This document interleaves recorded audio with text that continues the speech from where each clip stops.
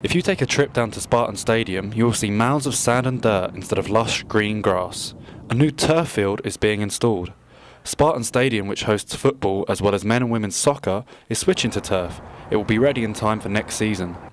However, Kelsey Holm, a freshman defender on the women's soccer team, prefers grass. As a player, I'm not a fan of turf. Holm is concerned that the roughness of the surface compared to grass will cause her and other players problems. As a defender, you're sliding, trying to get stuck into tackles, and you always come out of a game with a lot of scabs on the knee, a lot of scrapes, some pretty good raspberries on the thigh, and it's just not something I want to go through.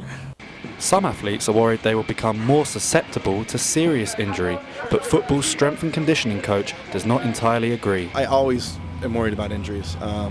The introduction of this new surface is not necessarily going to heighten that at all. Coach Holder says the new turf field will be the closest thing to actual grass. I know nowadays those turf fields are really high quality. They're very, very similar to grass. They respond like grass typically does, minus the tearing. However, Coach Holder's faith in the new surface is not echoed by men's soccer head coach Gary St. Clair. The truth is I don't like it. I'm not convinced that it is as safe as people think it is.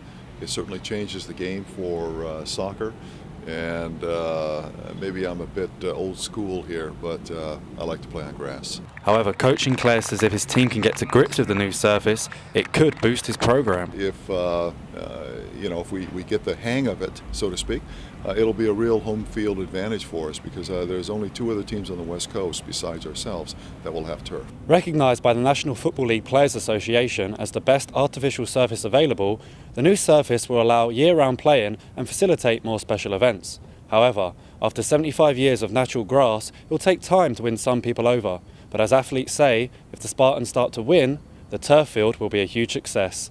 At Spartan Stadium, Ed Brand, Update News.